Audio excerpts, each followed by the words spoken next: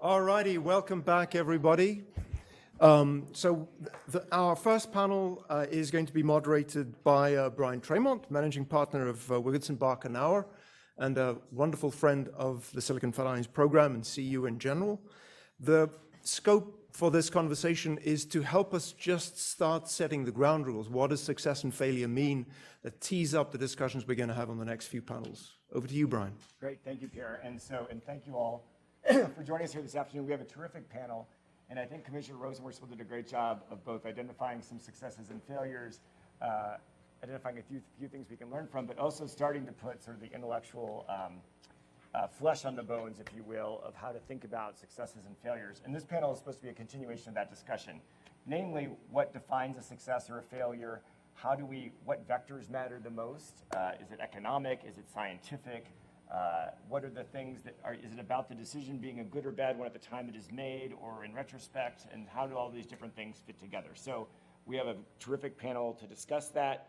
We have Julie Knapp from the FCC, who's taught us all more about spectrum management than we can ever thank him enough for. And we appreciate that. Tom Hazlett, who's recently come out with a groundbreaking book on spectrum management that is a terrific read for those of you who have not had a chance to buy it yet. I've bought it for many people and around town. Peter is also joining us, bringing the economic perspective, financial perspective to our debate. And then Michele Farquhar from Hogan Lovells, former wireless bureau chief at the FCC, who brings both the private sector and the public sector perspective as well. So I want to start with the fundamental question, which is how should policymakers define whether a spectrum policy is a success or a failure? And as I previewed in our pre-conference conversations, just take 2 or 3 minutes to kind of walk through how you think about that problem. And we'll start with you, Julie. So maybe a little different answer than you'd expect. Because I think that there's a temptation when you look back on spectrum decisions and you look at the marketplace and you say, well, this thing took off or that didn't take off. And I don't think that's really the appropriate way to think about, well, what was successful or not. At least to me, a success, I know for folks that worked in the government or at the FCC or in Congress, you feel successful when you finally got something across the line. That I think it's about creating opportunities. And not having the government decide whether your idea is going to be successful or not. So one measure of success, at least in the way I think about it, is have we created a fair opportunity for providing access for spectrum, whether that is licensed or unlicensed, flexible use, and so forth. And there's lots of different models that we've applied through the years, but I've always looked at it as that's our job, is we've got to make sure that people have a chance to get out there, let the market decide. Secondly, the old do no harm rule. If you engage or have been engaged in commission proceedings, you know that there's a lot of back and forth, often discussion about disastrous consequences if we take an action. Incumbent services are going to collapse and so forth. I would venture that instances where there's been any harms have been rare. Now, we have an obligation to make sure that the incumbent services, and I think this is on both sides of the house, whether it's federal, non-federal, and so forth, are protected. There's a lot of debate about what constitutes protection, but overall I think things, we've done a pretty good job in making sure that there aren't harms. Some might criticize sometimes is that we've been too conservative and that a service might have been more successful if we allowed 10 watts instead of 4. So that's something you always weigh, in the trade-offs. Just a few more points. Sometimes I think the policy decisions, and I don't mean to be critical of any one particular thing, drive us to, for example, going back to the mid-90s, identify 225 megahertz to transfer from federal use to non-federal use. And some of it wound up being terrific, and some of it wound up being what we called cats and dogs. 5 here, 15 there, and so forth. And I think it kind of plays into how we set things up when we, at times, and I don't think it's a problem just with numbers, because that can be a good driver, but looking at the value that we're able to create with spectrum rather than just a number. Can you really do something with 5 megahertz that's going to promote investment? And I think specifically, for example, is this band at 1670 to 1675, which we ended up auctioning. And people tried to deploy a service in the market. It was not successful from a business standpoint, and we're still wrestling today with what to do with it. So I think being mindful of not just the numbers, but what is the value. And while I'm at it, just one other point. The 100 megahertz, for example, that the federal government came up with at 3550 to 3650 to add on to 50 we had already. So when we started out, it was lemons. It was exclusion zones, and folks were like, thanks, but what are we going to do with this? Fortunately there, we were able to make lemonade. But it's an example of where sometimes you're hitting a number. I gave you 100 megahertz, but with all the strings that are attached, can you really do something with it? And we did work that through, I think, successfully working with the federal government and the industry to completely turn that around into something positive. Last point. The old maxim, you can find a lot of failures on the road to success. And so you might look at any individual decision and think, well, gee, that didn't really go anywhere. But when you start to look at the trail of where it led to, it often were the lessons learned that came out of it that led to something successful. I'd leave you with, Edison didn't get the light bulb on the first try. We didn't get to the moon without some bumps in the road. And so I think the worst thing that we can do on the spectrum side is not try to tackle the hard problems. So just to one follow-up, Commissioner Rosenworcel touched on this, but at what point is it appropriate to say something didn't work and move on? And here, yeah, that's a great question. I was going to save it for later. But here is, it is tough trying to figure out, well, at what point do you say it didn't work? And let me give you a couple of examples. DBS, allocation 1981, 1982, 12 gigahertz band. Explain what it is. Direct broadcasting satellite. The idea was we're going to transmit TV signals from space, and some might remember people with 3-meter dishes on their front lawns or yards. And I still remember a lot of folks, later 80s, what a terrible decision that was. Nobody's using it, it's not going anywhere. So what changed? The technology changed. Suddenly, we could do higher power satellites, which meant we could use smaller dishes. And when we got to the 90s, it took off. So you're always asking yourself. I come back to the provisions for spread spectrum in 1985. And there's a whole trail of history on the unlicensed rules. But obviously, a lot of this I lived it. First 5 years, hardly anything happened. And into the early 90s, it was all about frequency hopping technology.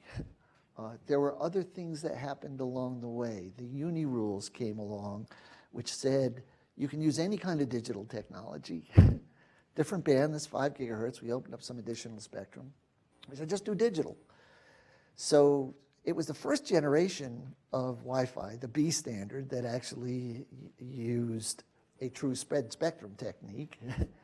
And after that first generation, folks came back and said, can't we use any digital? And all the succeeding generations were based on OFDM. So the explosion, it might have happened anyway, but there were things that happened along the way that got us there. And so it all comes back to your question, how long do you wait? And that's two other maxims. If you ever want to know whether spectrum is being used, just propose to reallocate it. Suddenly you'll have folks coming out of the woodwork. You had no idea, we're there. And second maxim, if you're sitting on spectrum that is not being used heavily, you can rest assured somebody else is looking for it. Thanks. Sorry. All right, Tom, same question. How do you define whether it's a success or a failure? Well, apparently I'm having trouble with this because I listened to Pierre about the Survey Monkey that I took. I believe I took the same survey, and I thought it said awesome to amazing. Awful to amazing, not awesome. Was it awesome? I thought it said amazing. That was my go-to answer. It says TV white spaces. That was amazing. Amazing they didn't listen to me. So whoever the survey, if they really have a monkey and they're interpreting my results, I'd like to actually get the printout because they would explain it to me and everybody else. Okay. So yeah, no, this is a very easy question to me because I keep reading Ronald Coase's 1959 article where he explains this. It's not, we don't want to minimize interference. We want to maximize welfare. We want to maximize the sum total of the gains, the net gains. And, there'll be a lot of interference in that kind of a world, hopefully. Zero interference, obviously not optimal. So you want the most activity. And when you look at the process, how spectrum allocation works, one of the things that jumps out is that there's a lot of focus on the next idea, the application that's on this margin. But the next margin, the one that's just around the corner, and of course there's always one around the corner in this space, how do you even know what the next margin is? Because the next corner is coming and so much dynamic change. And you want, obviously, some kind of a process that can deliver that flexibility. And of course, we have had so much experience with rigidities and spending years to do stuff that's obsolete. And we just had a talk about this in 5.9. We had rigidity put in 1999 about how this would happen, how much spectrum would be utilized, what the application was, what the rules were. And, we're inching towards Bethlehem, and the whole world has moved. And so now what do we do here? 1962. TV's a no-brainer. Of course we need TV for education. Let's have educational institutions. Get television rights. What could be wrong with that idea? And, it leads to a lot of, I remember being at the FCC some years ago, and I got on friendly terms with a Catholic priest who was very interested in that television, allocation. The biggest holders of the educational broadband service is the Catholic Church, which is what Tom is referring to. For higher purposes than mere terrestrial wireless. I got up to the bishop. You got the bishop. So these things take on a life of their own. This is what happens in any regulatory process, any business process, as it winds its way through the market to, through technological stops and consumer valuations and so forth, competition in the marketplace. You want to put into place a process that is flexible and can discover from moment to moment and generation to generation what the optimum is. And to look at the world and say, that's a great idea, let's do that, and not pay attention to the process by which it can be fixed. And it will have to be fixed. That's what we know. We've learned that. But we haven't really learned about how to put the flexibility in. And it's not just to open it up and throw caution to the wind. It's to strategically put rights in the marketplace that allow for the revaluations and the discoveries and, of course, the experiments that reveal all that new information, and then allow the deployments to take place that allow bargaining to facilitate gains from trade so that you don't have the rigidities that keep us with 75 megahertz that seemed like a good idea at the time but where the world has moved on. By the way, I do have a paper that I gave at some meetings in March. I should do more with that paper, where I said to go ahead and give General Motors and BMW the 75 megahertz. Then you'd find out very quickly how outmoded that DSRC is for the autonomous vehicles. If you had actual responsible enterprises in the marketplace who had the ability to reallocate it, and as I also know from Coase, it wouldn't make difference which those parties were as long as they had that ability. So one of the great failures in the marketplace that I think was a huge success was the liberal allocation. There was all kinds of other problems, but to the extent that some licenses to reuse TV spectrum got out in the early 2000s and were auctioned off 2002, 3, 4, and you had some ability to experiment with channel 55, UHF TV channel 55, and you had a company like Qualcomm say, hey, here's a good thing to do with $1 billion.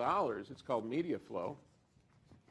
And they got some of these licenses and made some deals with TV stations that were adjacent and so forth and so on. The marketplace was allowed to work on that. Media flow was a huge success with 7 or 8 people.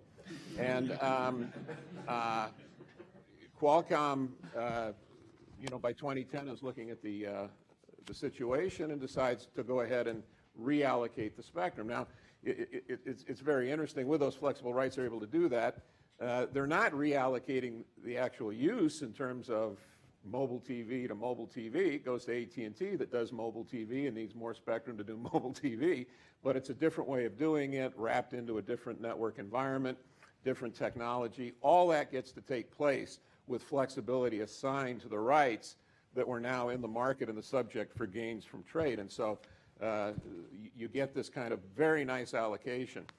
So last summer there was a 5G notice was put out by the FCC, and I was I noticed how remarkable it was, how terrific and how terrible the same notice could be, and I thought the disappointing parts were standard FCC boilerplate. Please, the FCC is very interested to have all the parties reveal exactly what the technologies are, the service models, and what the future businesses will be in this 5G space.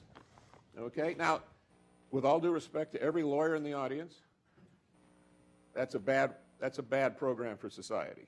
Okay, I understand this is bread and butter. You can keep that argument going on for decades. The great part of that allocation, where it says, it asks about certain rights and how certain rights can be reallocated to the market with flexibility. That's where the discussion should be. How can we set up a platform on which the new discoveries take place in cooperation amongst all the players that might have incentives to cooperate and the ability to use capital markets, technology, and laboratory experiments, and experiments with customers, actual people buying services, how all that ecosystem is facilitated. And questions about the most efficient way to do that are exactly what regulators should focus on. And so, we've made strides.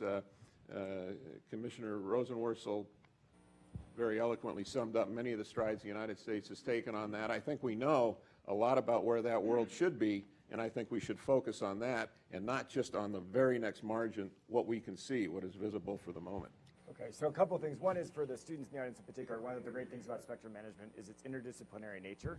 So we've heard from an engineering perspective, the middle 2 panelists are about the economics, and Michele and I are, unfortunately, are the bookends on the law. But Tom, you talked about maximizing consumer welfare as sort of your lodestar, if you will. How does that translate into Defense Department operations or radio astronomy or other things that don't lend themselves to that kind of traditional consumer welfare assessment? Right. So, and just to correct myself, when you are thinking about welfare maximization, it's not the situation that you want to download the actual welfare calculations to government agents, because it's, again, that's an open-ended road to nowhere. What you want is some understanding of where efficiencies lie and how they can be facilitated by rules that really assist cooperation. Now, when you come into that with, with certain constraints, including, say, Department of Defense, you do have to be creative, and you have certain objectives. One is to put a price on things, not just have other government agencies talk about what the DoD defense costs are, because the DoD can certainly calculate their benefits, but you want other agencies to really, from a unique or different perspective, to try to put opportunity costs on. In fact, I was just thinking about this the other day. How interesting would it be if we went to all government agencies and said, what spectrum can you do without? Wouldn't be very interesting at all. Right? Wouldn't be interesting. No, we know that. In fact, that's why we have the Department of Commerce involved in this. That's why we have other institutions, OMB, for example. That's why we actually look within the public sector for different perspectives, because self-interest is a gravity, and it's extremely useful. Economists should be aware of that fact, and I don't want to be mistaken. We love the self-interest of in fact, I'm not at all being facetious. I want the Department of Defense executives to take their mission seriously and not to give quarter. But I want other agencies and private sector institutions to do their part to point out what the costs to society are. And we want to open up, to the greatest extent possible, the analysis, discussion, and as to cite Commissioner Rosenworcel, even bring in private enterprises with hunting licenses or some other mechanism to actually get rights or secondary rights to access DoD and other spectrum, because these self-interested positions will force a different perspective, a different discussion, and a different result in terms of how we can really rationalize the use of these frequencies, which is very difficult. This is why you're giving me the question saying DoD. We want the DoD to do its job, and yet we want them to do it efficiently. And so that comes from this diversity of access to the information and to the discussion and ultimately to the resources, to the access to the spectrum by, say, private bidders that have opportunities that they can exploit that the DoD can't, and yet there can be perhaps a meeting of the minds, gains from trade, that is so common in private sectors with good established legal institutions, but is very difficult when you don't have the property rights and the legal institutions in the public sector. Peter, how should policymakers define a success or a failure from your perspective? Well, I'm learning a lot here today. I remember when I was a kid, growing up as a good Catholic boy, I had to watch Bishop Sheen. I didn't realize he had a piece of the action. So I was educated. That was news to me. I go back to wireless auctions, I think the very first ones, when A and B were awarded, and I participated in the D&E auctions and was trying to start a company. And I think the C block were a few of the nationwide providers, if I remember. It goes back to 20-something years ago. That's a long time ago. But then my opinion, I think, was pretty much the same as it is today, that successful auctions are the ones that sponsor innovation. Because you cannot track or guess what the technology will do with that spectrum. I've been on some boards where using unlicensed spectrum, and I'm just amazed in terms of how technology drives the use of spectrums that were not considered to be necessarily viable. When I started this business, people talked about the spectrum that was in the A and B licenses as having been broad enough. It was at 900 megahertz. We were bidding on some unknown stuff at the 1.8 because it had no penetration. So what was interesting to me is the people that owned the lower bands were pretty convinced that they had stymied every other competitor in there. And that's the way they viewed it. So I viewed spectrum as, if it can sponsor innovation, and I think narrow bands, whether using guard bands or maximizing the efficiency of that is what drives innovation. Technology stays a step or two steps ahead of what people are thinking. And there's hundreds of examples throughout history of people thinking that their old technology is going to win. Conversely, my definition of a spectrum that is poorly allocated, I'll use that phrase, poorly allocated, is one which benefits just a few, or either advantages or disadvantages other players. So that's my perspective on what would make success, what drives success. So you use the term sponsor innovation. So to what degree should the government put a finger on that in promoting innovation? So I remember 1670-75, we had people come in and said, I remember. It was Marty. Yes, it was Marty Cooper in a Raycom, but there were a number of people came in and they said they have this innovative, there was a dog tracking one too, that they were going to track everyone's pet in 1670-75. That's IoT. Yeah, nowadays. But anyway, so to what point do you say, okay, there's an innovative use coming, we should set it aside for innovators, and maybe keep out incumbents, or we hear that IoT is going to be a big thing. So to what point, where does government put in its thumb, if at all, on the sponsoring innovation piece? I'm kind of in favor of not putting your thumb in. I think it's hard to figure it out. I'll tell you a little crazy story that's true. When we were looking at bidding in those original auctions, we had already, and my background, I'd come out of a company that had just developed the first network for the BlackBerry before I came here to build the wireless company, the cell phone business. And so I was kind of intrigued with this whole notion of sending email and doing some of those kinds of things wirelessly, which were not very popular or even well known at that time. But I sent my staff home for the weekend, and I said, your job is to come back on Monday and come up with a couple of ways in which people will use cell phones without talking. I was just unheard of. I had, a number of people had some cell phone businesses, and we had been in the analog business and so forth. And so, but they came back with some very interesting notions, like just the way the cellular networks worked then. It's like you could listen to a college football game from your hometown back in New York, in Denver. It was very easy to make that happen, and being able to do that. So innovation comes from, everywhere. So some people say necessity is the mother of invention. I used to like to say lack of money is the mother of invention in trying to get these things done.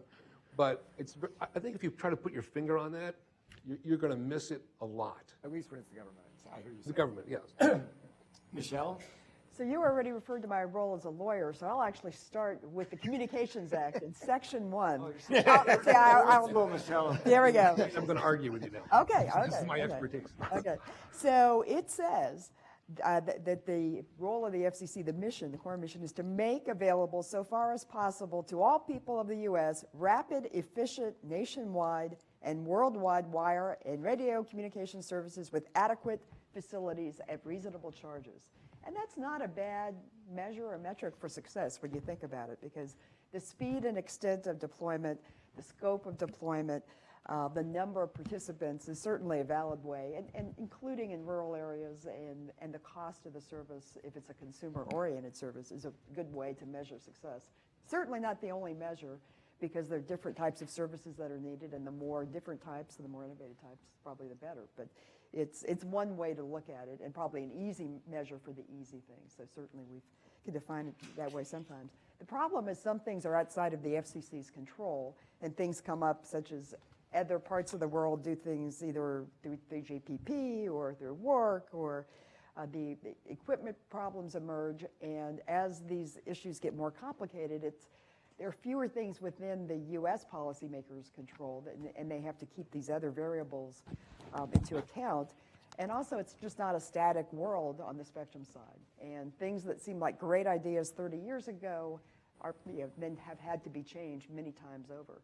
And so you can't look at it the static way. And I thought both Tom and Julie mentioned some good ways of looking at this problem, especially in terms of building flexibility into the system, and how you do that effectively, not just in terms of the substance and saying flexible use, which became a mantra under Reed Hunt's administration, but also in terms of a flexible process. And that's something that Tom hit on that I think is really a wise way to look at it, because if the process isn't flexible, then you're going to have a waiver by waiver, step-by-step approach, which might be longer and difficult. So you kind of have to build into the system. Now, some countries have actually done it that you don't get any renewal expectancy, which is a tough road to hoe, but then the government sorts out at the end of the day, okay, and sometimes they do.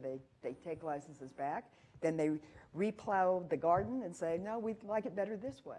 And then you might get an opportunity for that same spectrum back again. That's not how the U.S. has done it, but that's another system. So just, you touted flexibility there, and you're a veteran of both leadership roles, both at NTIA and the FCC. And how does flexibility play a role in spectrum management at NTIA, or how should it? And sort of turning back to the conversation we had with Tom about DOD and radio astronomy, what have you, a lot of federal government uses where flexibility gets tricky. It does get tricky because of the cost of the system, and it's just harder. It's not a private marketplace. It's easier in the private market. That is not a private market. And there are a lot of economic issues that go into that and how they use their spectrum. Now, they've done a good job over the years of being pushed to consolidate more and to get revenues from spectrum auctions so they can move and relocate. But that's a long process. But it's worked, and it's been effective. But I think certainly NTIA over the years has become much more sensitive to the fact that there needs to be more squeezing and compression of spectrum to make more spectrum available for other technologies and uses. But it's a hard process. So at various times, people have talked about success in terms of, or failures, in terms of time to market. We've touched on a few of those. Economic impact, a few of those. Scientific value, brought a few of those out. Efficient use, you could define success by how efficiently the spectrum is used at any given time. Contribution to innovation. Michele touched on a couple other ones that are statutory, universal service or serving underserved, price. Is the answer that we, the policymakers, should look at all those things at once? Or would it be appropriate for policymakers to say, I'm really worried about underserved, so I'm going to auction, or I'm going to distribute the spectrum to anybody who will say they're going to serve all the underserved, or I'm going to have this spectrum be set aside for a low-cost service, or I'm going to have this spectrum set aside because it's going to have the maximum economic benefit. So is it all just one big mush, or how do you think about those factors or others in defining success? I don't know, Michele, do you want to start? I think you can't do it all in any one spectrum proceeding, because you might find that you are hitting the mark with respect to some of those goals already in one type of service. Let's say core cellular or wireless service has done a pretty good job there, but there were some holes and gaps. And so the FCC had to go back and look at that and re-examine where are the holes that need to be filled in. And if it can't be filled in that particular spectrum proceeding or in that band, maybe look at other bands. And the FCC has actually allocated certain bands. There was the Better service at one point that was kind of a rural deployed service that probably is not something that's viewed as efficient or effective today. But at the time it was introduced, it was viewed as quite efficient or effective. So I think that is also something that's going to change. And looking at ways to balance the needs of and some of those different goals, I think will be important over time. Anybody else want to jump in on that? It just seems to me that you talked about three things there, all of which may or may not have national policy interests, right? So you can't to say this spectrum is going to be for underserved is good if we decide that we want to underserved or serve the underserved. All of those things are viable reasons, but it starts with a policy at a national level about what we're trying to achieve as a society and for what purpose. So, I have no objection to any of that. I think probably the most efficient and maybe least likely to achieve those goals is if you just leave it in the hands of people or businesses who are going to always make it more efficient and drive it towards their own economic benefit, which may or may not line up with those. Right. Is unoccupied spectrum always a failure, Tom? Oh, of course not. I mean, any more than unoccupied real estate. I mean, sometimes It's efficient to develop, and sometimes it's efficient to wait. You have option value. You know, and I'm leaving aside the part. You know, you say, well, you don't want Yellowstone developed, and you might want to leave some spectrum that's unoccupied in a certain sense, but is useful for other amenities. But no, you know, there's a rational pattern, and so this is why you want incentives in the marketplace that discover which when to develop and how much to develop it, because as you get as instantly as you get when you get into these questions about, for example, build-out requirement. What is the build-out requirement? I just heard a great story this morning. I won't repeat, but there are ways. Later for the happy hour. But there are ways to game the system. What does occupation of spectrum mean? You know, do you have some occasional sparks emitted from the atmosphere?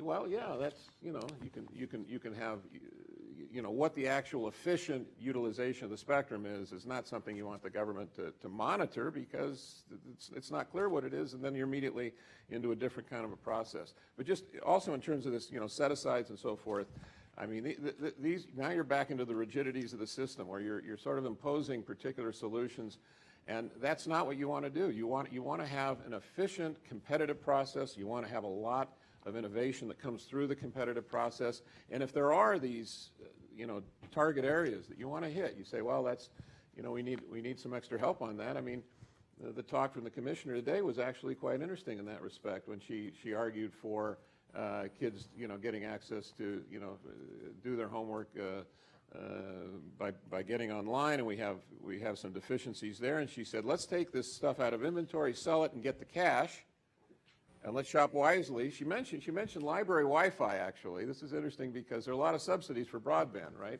We spend $4 billion a year to subsidize broadband into schools in the United States. We spent somewhere north of $75 billion total now, and there really is no good evidence that it's helping education. I have done a little bit of work on this. Difficult to see. The French are going the other way, by the way. They're banning electronic devices during school time. I don't know if you saw this. They took away all the cell phones. If you're over 15, apparently you can have a cell phone during school hours in France now. I'm not saying be more like the French. I didn't say that. I didn't say not to be more like the French. I have a French mother-in-law. I've got to be very careful on this one. Bring us back. More than the normal. She'll be playing this back for you. So Let me go back to you. no, it's okay. This She is going to be on doesn't understand anything YouTube, I say. so it's Yeah, okay. no, I know. She never understands anything I say, so we're fine. But the point is, you do want to look at the efficiencies that can be supported with flexible rights, and then a process to get facilities, you know, rights into the market, that you can do all the competitive and innovative and discovery process you can do. And then if you have these targeted kinds of programs, they should be visible and transparent and cash for what you're buying. You don't want to backdoor it through spectrum allocation process where you bury. I mean, we've seen this in public safety. We've seen it in so many of the public allocations where it's just non-transparent. There are no incentives for efficiency, and it's a big problem to undo it. You're spending decades on it. So don't use spectrum policy to achieve some of those goals. Use more explicit mechanisms, what I hear you saying. And then the other thing that you mentioned earlier that I just want to go back to, so build-out requirements are a mistake?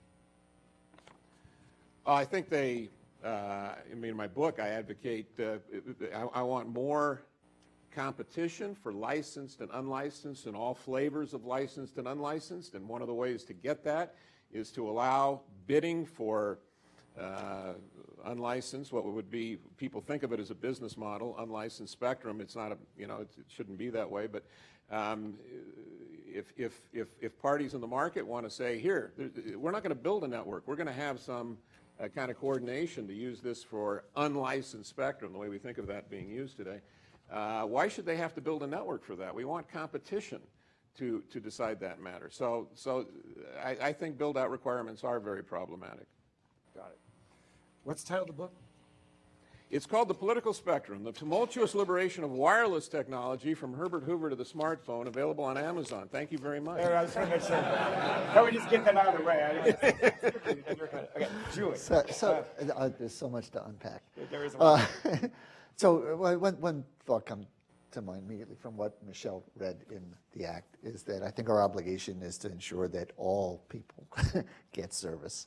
And you know, we've tried to approach this, and I say we through the years, you know, all the folks working on it, on how do we make sure that the people in the rural areas, which for business reasons, you know, you got to remember that business are out there to make money. If they're losing money, they don't stick around too long. So trying to figure out how we make sure that those folks get service, and folks who may not be as economically well off. Which businesses are you talking about? The provider business, or are you talking about businesses that will use the service in the rural areas? I think it's a little bit of both. It's, you know, people have to build networks. It costs a lot of money. It does. And they need to know that they're going to. So sometimes there's little things we can do, like allowing for higher power in the rural areas to reduce the cost of the infrastructure. But I think, you know, we've come at this in different ways trying to achieve that, but it's a goal that I think we have an obligation to meet. Do you have a reaction to Tom's portion of it, to not use spectrum policy per se to achieve that? So you said one example, which is the technical rules, but there's other examples like M2C or others where you say, I want the spectrum for free and I'm going to build out in rural areas, or I'm going to give it away for free to service. Does that make you more or less uncomfortable? Uncomfortable. I think, first of all, come back to what Michele said about in each one of these proceedings, it's a different set of factors that enter into it. And I think it's just, you know, we always go into these, what do we think collectively is the best way to achieve these things? I don't think it's a great result if what's been happening is we have service for some and others aren't getting it. And there's, you know, some upsides to mandates and some downsides as well, because it usually works better when people have incentives and they think they're going to go out there and provide service and they'll make money out of it. That usually is a better driver. I did want to say, you know, from the engineering standpoint, great believer in flexibility. And I think one of the best things that the agency ever did was when we, you know, after we had the AMPS standard in the first generation and the mandate of it, you know, we actually had the proceeding that said, okay, you don't have to do AMPS. You can do digital. And I would contrast this with where that went in the United States and the natural evolution from the one generation of the next, driven by the market, driven by the technology, driven by you know, the folks who are deploying service. So those transitions all kind of happened without the FCC saying, okay, here's the next thing. Yeah, we opened up additional spectrum bands, but we never said this is the 2G band, this is the 3G band, which kind of, at least in my judgment, got Europe into trouble because they auctioned bands for 2G service or 3G service, and as the technology evolved, the folks who had paid money for 2G spectrum said, well, what about us? How are we going to compete with the 3G folks? And you know, you've artificially tied your hands. There was no technical reason. One last point on the, you know, when do you wind up getting some constraints that don't give you the full flexibility that you're thinking? I don't know that this is exclusively true on the federal side, but because it happens as well as the non-federal side. The technical characteristics of systems and how things are going to be deployed matter relative to sharing. So you're faced with this tension between total flexibility and the true analysis on the technical side. So for example, when you look at what happened with AWS-3 and the freeing up of spectrum, the reason it worked is the carriers worked with DoD and said, here's the characteristics of our system. We could do all the analysis that said, here's how far apart things have to be. Here's how we might be able to share during a transition and so forth. And so, and I couldn't remember the part of the Spectrum Frontiers item that we might have asked about the specifics, but I'm guessing part of it was driven by, remember, some of those bands were shared with the federal side. And the way they think about things is, I got to know what's going to be in there.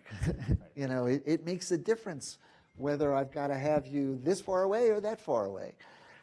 Because I think as an agency, we have gotten away from, generally, here's the technology, there's one other example, medical body area networks, sharing with telemetry. The reason we came to agreement, although that has not taken off, was because the telemetry folks said, okay, they're going to be in hospitals, they're going to be in these places. It's not going to be like Wi-Fi in every home and every street corner. And we can work something out to allow that sharing.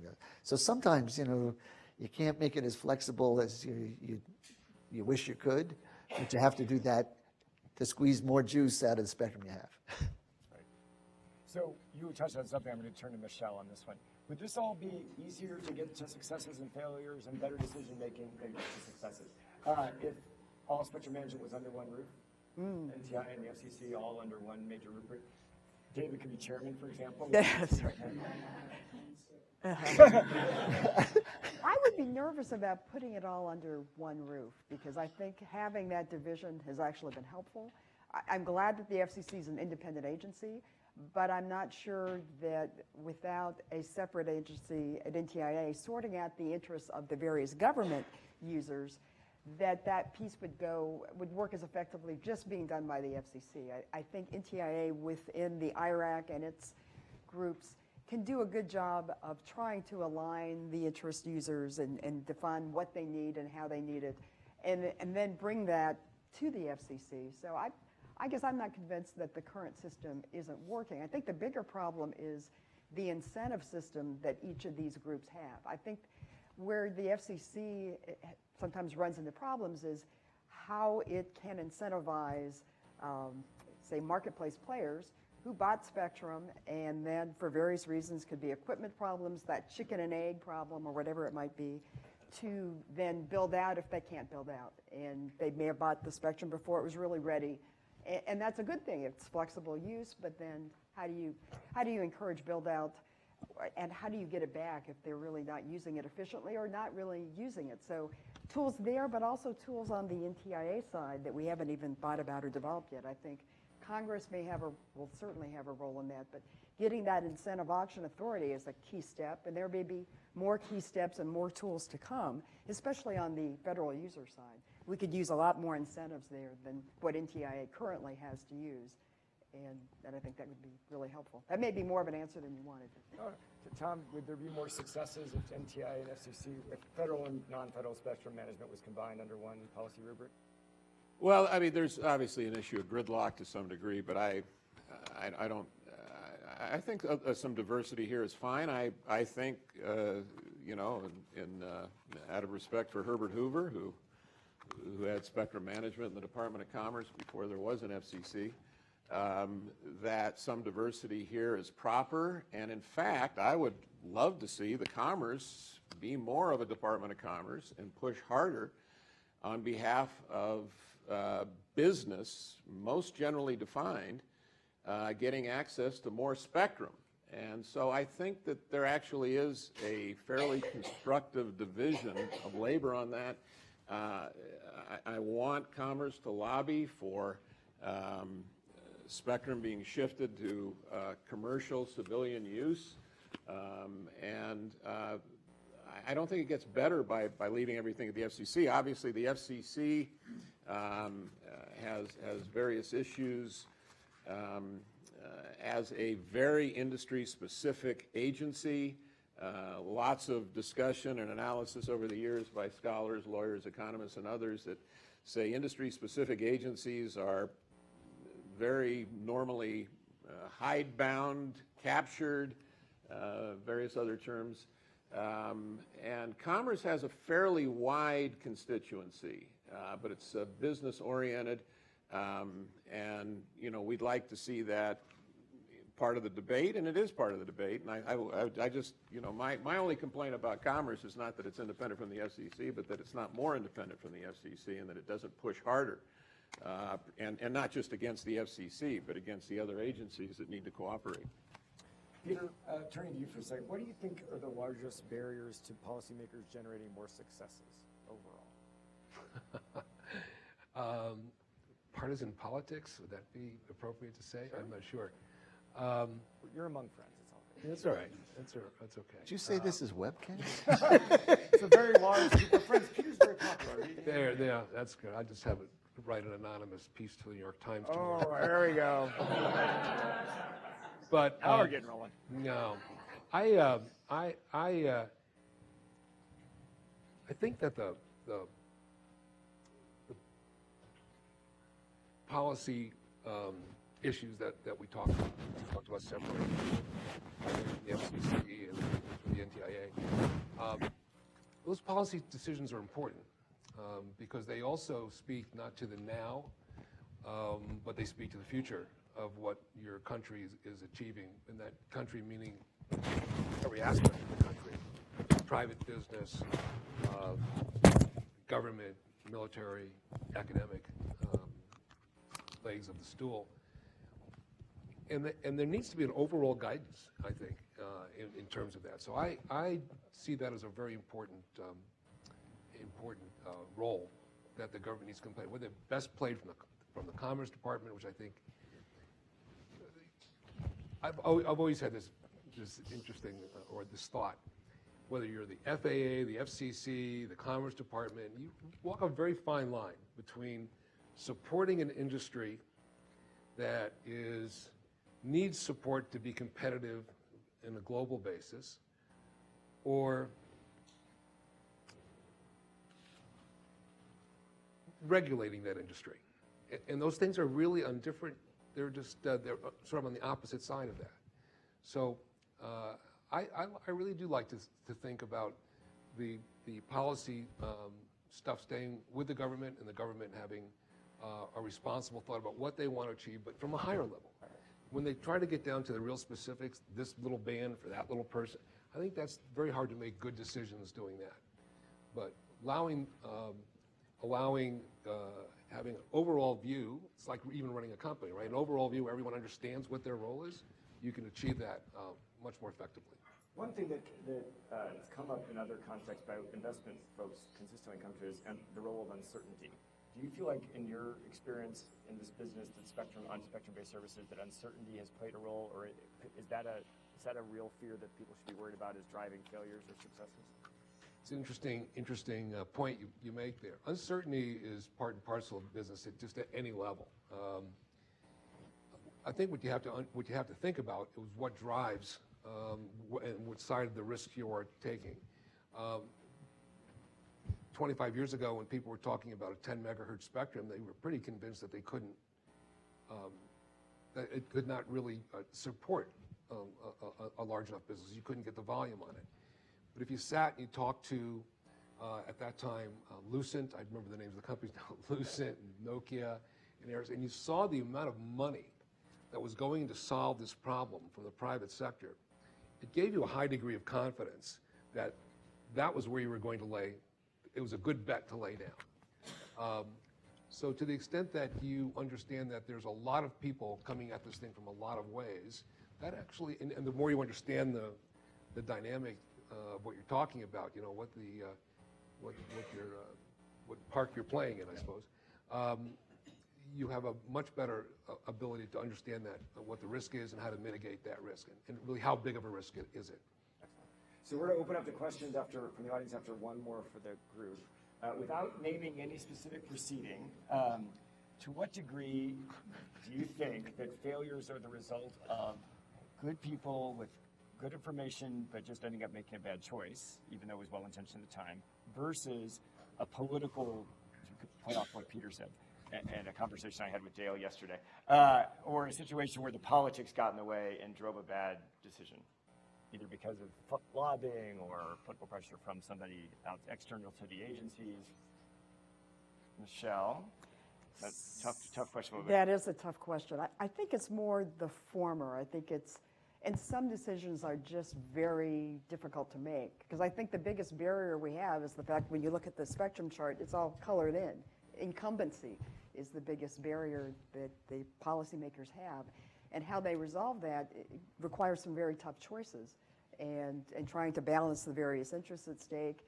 And a lot of the incumbents don't want potential interference, or they or they have other issues that they're going to raise. So I think it's hard to make good decisions in that context, and especially when there are a lot of different users. And ultra wideband is one that may be cited down the road, and there are many others. But who your neighbor is going to be a critical factor in success or failure, more so than the policymakers, how they approach it. They have limited tools and ability to deal with that. So I think it's less the politics maybe and more the fact that you've got a very messy and increasingly encumbered environment.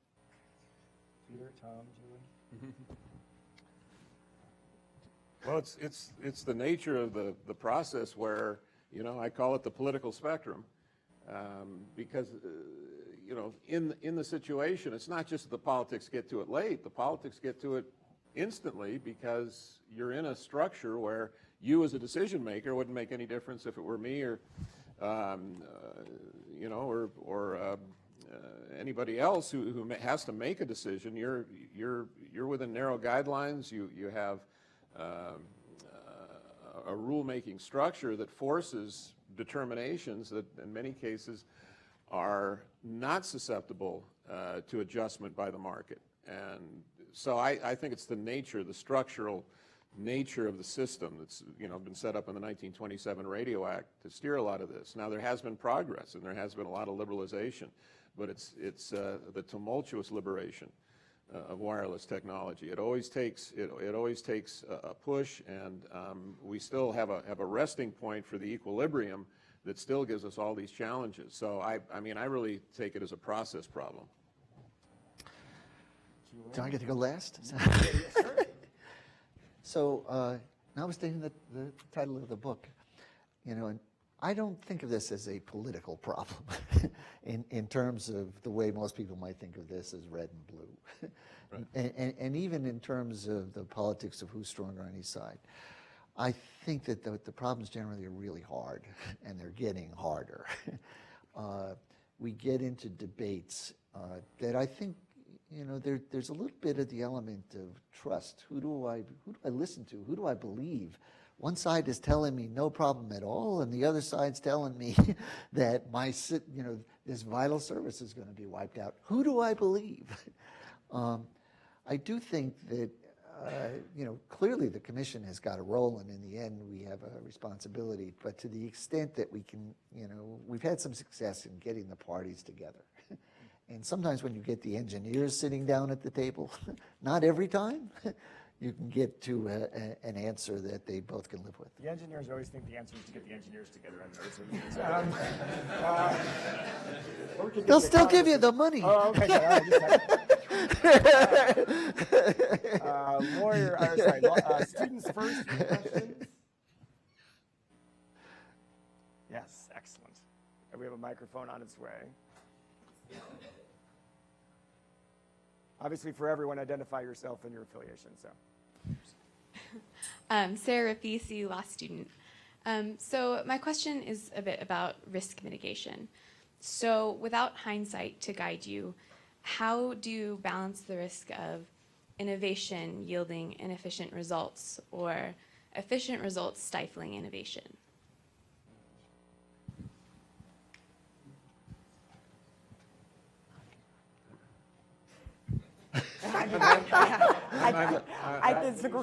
It's a great question, but I think that's where you need flexibility. It's kind of the other side of the coin of uncertainty is flexibility, the positive side. And that way you can fix the mistakes if they happen. And if they don't happen, that's great. But mistakes are inevitable. And Commissioner Rosenworcel said that in her remarks. You need to have the tools is to be able to fix those and learn from them and come up with more tools. And she's been a great advocate for trying to have more cutting edge tools and experiment with them. So I think that's how you rectify the problem is if there's a problem, then you find a way to fix it, or whatever piece of the problem needs to be fixed. It may not be the whole thing is bad, but there's one narrow area, and that's called petitions for reconsideration. and that's why these proceedings can drag out, to try to get it just right, to get the whole process to go better. You want there to be competition in the marketplace, not just in wireless services, obviously for everything, for innovation everywhere. And am I afraid that the innovations might not all work out? No, I'm not. Now, that's not the same position as all innovation is good. Of course, hearings this week in Washington indicate that people are afraid about some of the things that are happening, and look, you don't get to a better place by saying we're not going to have the innovation, or that we're going to have a governor on it, so that some council is going to decide which are the best innovations. I want that to be a competitive market determination by consumers, technologists, and capital markets. I mean, that system tends to work the best overall. That's what's going to maximize welfare. That's my observation, and certainly when problems arise, people should be aware of them, and we should, in some cases, come up with new rules to try to address those, which we do. But stopping the innovation, no, that's not the way to get there. I'd add one thing as well. You said without the benefit of hindsight, but in business, I'm in venture capital, so you see lots of new things, new ideas. But you always look to see who had a similar business model, who had something addressing a similar market, how did they do it, what mistakes did they make. So you always, if you look, you have benefit from hindsight in almost everything that you do. You just have to make that part of your initial scan of the marketplace. Yeah, just so on the innovation side and the flexibility, it's always reminding yourself that you don't know what flowers are going to bloom from the seeds that get planted. Whether it's all the innovations that have happened on unlicensed, whether it's RFID, who thought you were going to be opening your car door with some unlicensed device, and on the licensed side, the wealth of products. I think we all think of the smartphones, but there's so many other things that the industry does on connectivity. And remind ourselves also that there's hardly any problem we can't fix in the spectrum, and we have. I think if you look back, there were things, we had a service called TV Answer in the 218. It was going to be this great idea in the 80s of having something that would talk back to your television so you could order a pizza. Can you imagine that? Didn't go anywhere. We had, in the mid-90s, if anybody remembers the Apple Newton, and we had the Spectrum in the middle, unlicensed PCS. Yeah, and it was like, so we started out at 40, we cut it to 20, and wow, we need connectivity for mobile things. Well, it didn't go anywhere, and we had these very complicated rules, which I would argue actually came from industry, spectrum etiquette, and said, so we can all pack more into this. The FCC needs to adopt these rules. Well, other than some office systems, it didn't go anywhere. What did we do? We went back, changed the rules. We reduced the amount of spectrum. We cut it back. 5 is still actually sitting there, potentially to be auctioned. And for the remainder, it's the decked phones that you buy in the stores. That's what's left. Yeah, Apple blames you for that, by the way, because they asked for 75 megahertz of unlicensed for the Newton. But the Newton's gone, but they're still mad at you. That's okay. That's all right. They're not alone. We're going to get some more questions in. Mr. Hatfield, I presume. I make a lot of comments. I won't make mine. I think we're being a little bit unfair to the commission. Could you switch to the mic, please? Since we haven't mentioned the experimental program, I think that's one of the strongest things at the commission. We tend to think a spectrum is all sort of being owned by somebody, but you can go to the commission under pretty straightforward rules and experiment. Moreover, you can even experiment, make an economic experience to see if people will actually, the dog will actually eat the dog food or whatever they say. And also, Julie, I think the STAs are used as another way of giving somebody who has an existing assignment a chance to change their rules and operate without a new technology without. So I think we were just a little bit more negative than perhaps the actual evidence shows. More questions, especially students, if we got them. But if not, we'll come down here. I think you're up next. Mr. Bennett. Yeah, Richard Bennett. Julie, you got really close to the thing that I think is maybe key here, but maybe it wasn't clear to the non-technical people in the audience that one of the things probably the most important thing you're looking for when you make a spectrum allocation is it's a success if that allocation led to an improvement in the state of the art of wireless technology. So it's not that, it's easy to focus on the applications, but whenever somebody makes a fundamental advance in wireless technology, that ripples through the entire ecosystem and improves the lives of every user of every application. So, I mean, isn't that the key metric of success? So it is a benefit. I don't know that it's the only element. There's lots. But just to jump on the example that Richard. So we talked about the spread spectrum rules. And I mentioned before, not a lot happened. Well, CDMA was deployed in some of those devices before it went into the commercial wireless networks. And if you look at some of the technologies that have evolved and worked their way, I do think it's a key benefit. Maybe not the only one, but when you, I think I mentioned amps. When I started early in my career, the idea was we had to pick the technology. And what that meant is every improvement had to go back through a rulemaking. The models I think that we generally try to apply now is we're not going to pick the technology and hope that it's going to evolve. That we're not stuck with the technology that we talked about before that is 20 years old before it got deployed. One more question. Let me just say that the language that Michele read from the 34 Communications Act, that was taken seriously. It was the Federal Communications Commission responsibility to determine what the interference parameters were. And the evolving world that's come by backing away from that, backing away from the explicit 1927 Radio Act and the 34 Communications Act really has made all the difference. The smartphone world is literally impossible to imagine with all the interference sources if you don't download that to the market and allow carriers and application providers and technology suppliers to actually figure out what the interference is between your Angry Birds download and my Pandora. So, I mean, that has to be in the market, and that liberalization has meant all the difference.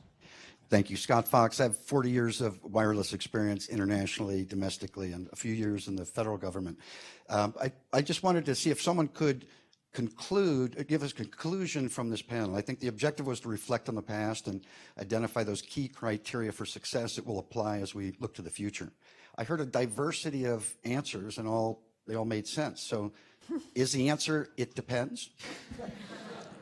Yes? Yeah. Say one word, amazing. Awesome. All right, so do we have a takeaway on this? This is an interesting question. Anybody want to jump in on that? It depends? Sounds like it depends. I have one closing question I'm going to ask you all. Do you think there are more failures based on a failure to make a decision at all or making a bad decision? Whoa. So the way I think of it is not a bad decision in terms of things that I talked about before. No, I understand. Technically. Okay, fair enough. Yeah, but time is tough because I think one of the, our process is inherently slow. Sometimes if you're an incumbent, you feel that's good because you want to be sure. And we get into things like testing and so forth. But if you're an investor and you've got an idea that is going to get out there and you're waiting for the FCC, your capital could dry up. So I think we usually get there, not every time, but sometimes it's such a long period that by the time it's done, it doesn't matter anymore. I'm tempted to say I'll get back to you on that. I have to have a rulemaking. I am tempted to say yes. The delays inherent in the system. You need on so many grounds. You do need to make decisions, get them out, and then if they don't work, then to redo it again. 80 TV channels wasn't such a bad idea until it was. Right? I mean, at the time, you could argue that was a fine decision. It was the failure to move quickly enough to fix. Well, you want to do things quickly and, again, have flexibility within the process so that you don't have to come back and do it all over again. I mean, I do have a chapter in the book, The 30 Years' War.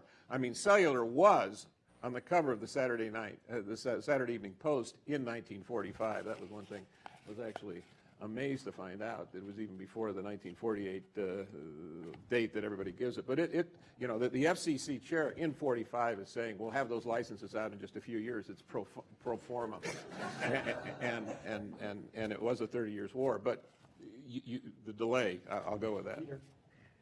As an investor, I would say you can learn something from a bad decision. You don't learn much from no decision. I would agree. Yeah, delay is the bigger risk. Excellent. With that, I'd like to thank our panelists for a great round.